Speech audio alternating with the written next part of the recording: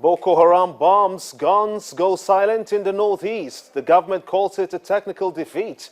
Is the war on terror totally over? The jihadists invaded Kimba village in Flashpoint, Borno State, opening fire on residents and torching their homes. The gunmen killed 14 and burnt the whole village before they fled to refugee camps. And that was on the 25th of December 2015, the last time the insurgents attacked. Data feeds still coming through real time in one place simultaneously. Our social media platforms. The anti-corruption war gets to grips. The searchlight is on. Run, run, run, says the government to those who have stolen from the nation. The Economic and Financial Crimes Commission, EFCC, in its words, promises to catch more influential Nigerians in its corruption net in a couple of days. One of them, a former PDP Board of Trustee chairman, who allegedly collected 260 million naira from the former National Security Advisor, Colonel Sambo Dasuki, is answering the anti-graft agencies with questions. What does this mean for the people of this country? Tweeted Gimba003. Also use the hashtag State of the Nation. Let's know your thoughts on the subject. An interministerial committee is being set up to speed up the reorganization of the Nigerian state oil-owned firm, the NNPC. Would this transform the corporation and help it assume its mega status to become Africa's largest company? Can the new plan help to meet local demands for petrol? What if the plan exceeds expectations? What then for the economy? Ms. Christine Lagarde, the IMF boss, pays a 4-day visit to Nigeria, meeting with the president, legislators, and the government economic team. Nigeria needs no assistance from the IMF, she says. We will x-ray her visit later on the show. A plague grips the country. The government confirms 40 people dead from Lassa fever, spread by mice.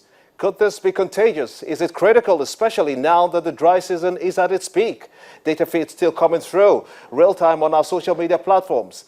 Abia State is the latest to face the judgment of the Court of Appeal. Thousands take to the streets in the state insisting the judgment be reversed. The opposition party in the state believes that the Supreme Court should have the final say. It's prime time in Lagos, Nigeria, and this is State of the Nation.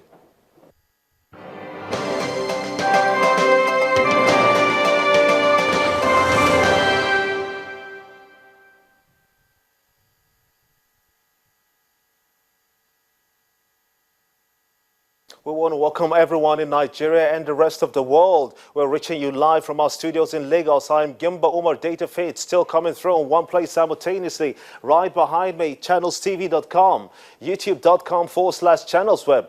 Visit m.channelstv.com where you can follow us live wherever you are. Send in your tweets on the subject at Gimba003 and use the hashtag State of the Nation. Let's get your reactions to the subject. Let's focus now on one of the troubled areas in Nigeria. That's the Nigeria's northeast, where the government there in Nigeria is making plans to stabilize the region. I'm being joined on the news at this time by Captain Aliu Omar, retired. He's an expert on security issues. I want to thank you so much indeed for coming on State of the Nation at this time. Now, is it good for the country to be faced with this reality that we're looking at? How do you suppose that the government will fashion out a plan that is favorable to the Northeast and its people?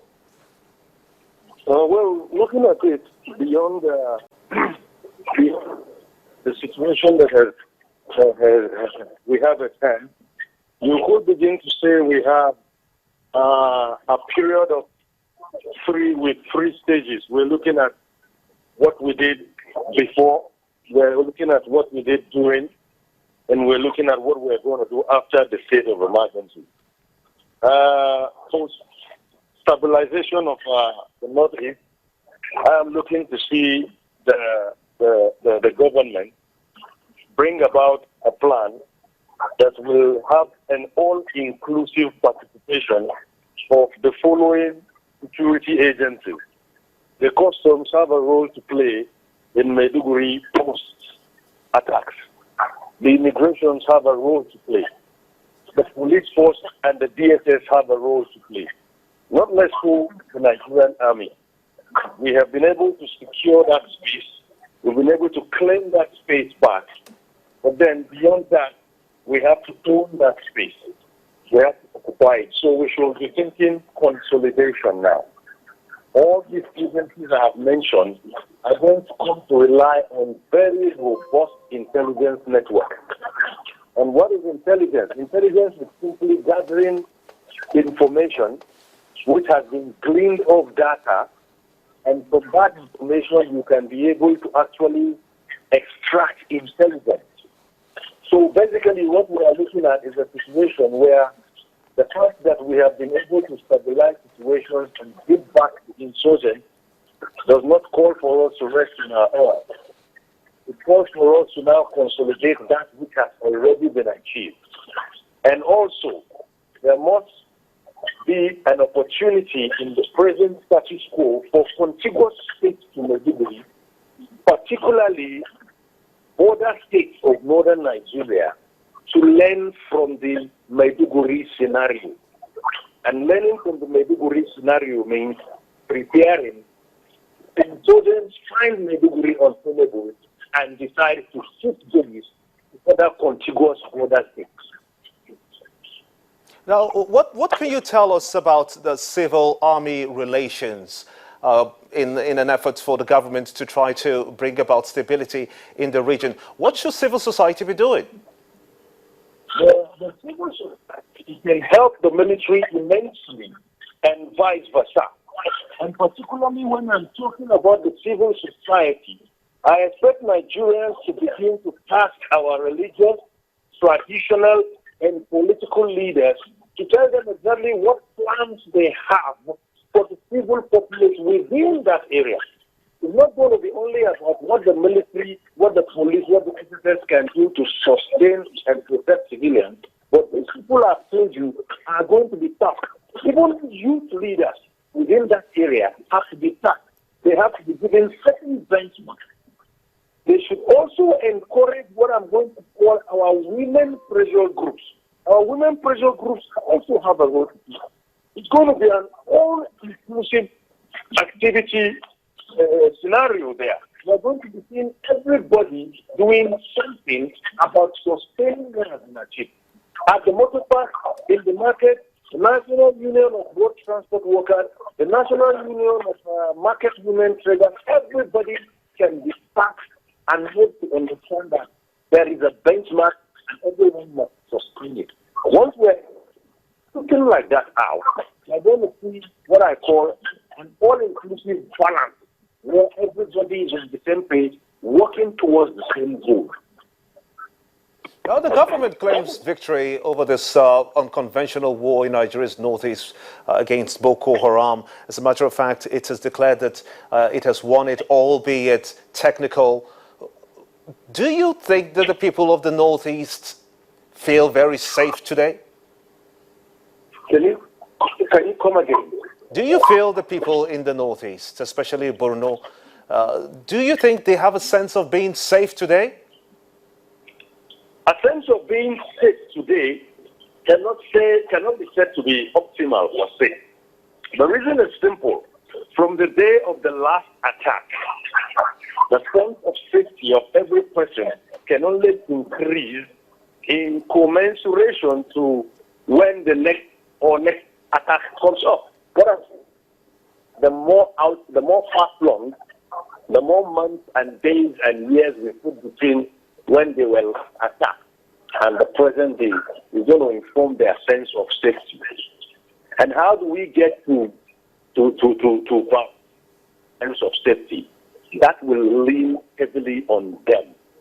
Leaning heavily on them simply means they have to carry on doing things in ways that will not encourage or allow the insurgents to exploit the gaps and come back and attack them. These ways and means they must be amenable to changes. I give you an example. We are talking about the hijab thing.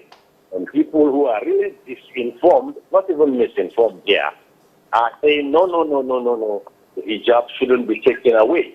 But then, of what use will it be if you retain the hijab, the wearer of which to take you out? So basically, the sense of safety those people are going to get links more now on this law enforcement agencies I have mentioned, and it also links more now on the civil populace themselves, the interest groups, the pressure groups. The military has been able to take back that space. The military is going to maintain a presence there, but then much of what they can call safety is going to depend on what they make of its opportunities.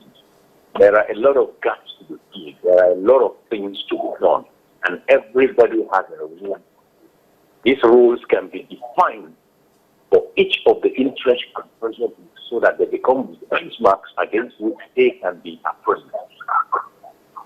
You talked about the gaps. What can be done to block these gaps? Simple. If you were actually to organize a social event right now, you were going to bring in stakeholders that will drive the successes of your social events. Now, how do we begin to apply that line of thinking to Maiduguri? Applying that line of thinking to Maiduguri is simple. Within Maiduguri today, what can the DSS officers do to protect people? What should the customs officer be doing to ensure we do not have insurgents coming into the border? What about the immigration? What can they be doing to handle the demographics of movement across Maiduguri? Other than that, what should our religious leaders be doing? How can they begin to contribute to ensuring that people do not grab microphones and preach illicit religion and pass acidic messages into the minds of people? What about the traditional rulers? What should they also be doing?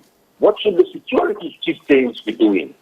Maiduguri post-stabilization shouldn't be another avenue for people to make elaborate claims on security boots or have panels who they want to tell us are working towards ensuring security is optimal or we have tight security. No, tight security will be defined.